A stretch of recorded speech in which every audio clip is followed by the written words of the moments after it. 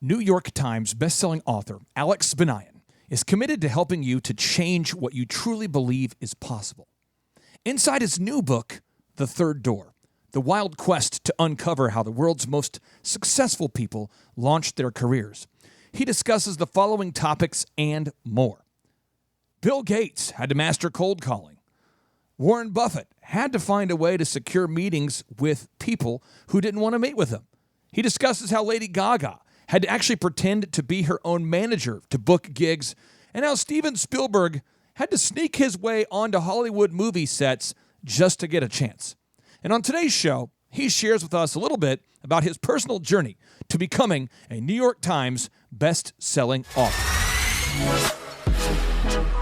Grab the duct tape and mentally prepare yourself for yet another mind-expanding knowledge bomb from America's #1 business coach, Clay Clark. That's it. Bombs away. When you interviewed Lady Gaga, what was your process like when it came to going about securing an interview with Lady Gaga, arguably one of the world's top pop stars? You know, that was a 3-year journey in and of itself. And what's crazy about that experience is it actually turned out to be this 4-day adventure in Austin, Texas, where there were tears, and it was just probably one of the craziest experiences of the whole journey. And it's the final chapter of the book, which to me makes it feel like almost, you know, the ribbon that ties the whole story together. So if you're out there listening right now, and somebody's out there listening, they say, gosh, I love what I'm hearing today.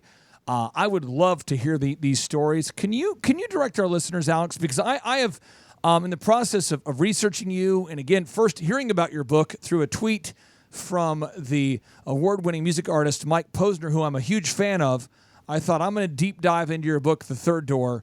I've become a big fan. Could you share with the listeners what kind of goodness and what kind of interviews they're going to find within your book, The Third Door? First of all, that means a lot. This has been my heart and soul for the past 7 years. So just hearing that really, means more than I can say. And, in the book, it's funny, in the book, I had originally wanted this to be, the most practical guidebook possible. And thankfully, a lot of those elements are still in there. There's, Tim Ferriss's cold email template and Bill Gates's negotiating secrets, and it's all in there. But it's only now that the book is done and out, the book just came out a couple months ago, that I can see that the soul of the book goes a lot deeper. It's really about possibility. What I've learned is that you can give someone all the best tools and knowledge in the world, and their life can still feel stuck. But if you change what someone believes is possible, they'll never be the same. It's powerful. Yeah. It's my life's work at this point, and I couldn't be happier. So for the listeners out there who are saying, I want to get a copy of your book, would you direct them to go to Amazon? First of all, I love you. That's my first thing. Well, I'm just going to say, I'm not going to go out there and Chup, you know this. I'm not going to say if you don't buy a copy of The Third Door, you are absolutely, missing out on a huge opportunity. You would never say that. You would never. I'm never going to go as far as to say as you're really, really screwing up your life and missing out on copious amounts of words of wisdom, all available in a book that is purchasable for less money than you would typically spend at Starbucks on a random month or on random purchases at a convenience store. You would never do that. Never go that far. Never. No, I'm just going to say, as a prudent purchase, you might want to consider buying a copy of The Third Door. Alex, where would you like for our listeners to purchase a copy? Thank you so much. The book is everywhere books are sold, wherever people like to buy books. So whether it's on Amazon or at Barnes & Noble, or if people like audiobooks, I recorded the audiobook, so it's on Audible and iTunes and iBooks and Kindle. I really couldn't be happier with how it turned out. And if anyone ends up buying the book because you heard it on this podcast, definitely say hi on social media so I can give you a giant, giant thank you. Nice. Okay, my final bonus little secret question. Do you remember what it felt like to be on the New York Times best-selling list? Because remember, you could have been a doctor.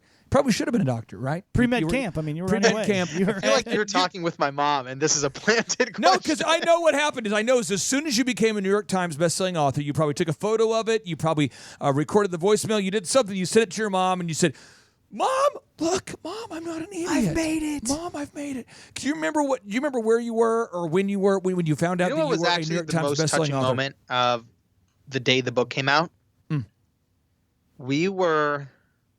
I was in New York for the book launch, and the morning of the book launch, there's, in Times Square, there's one of the biggest billboards in Times Square on, one of the giant skyscrapers is, the NASDAQ tower.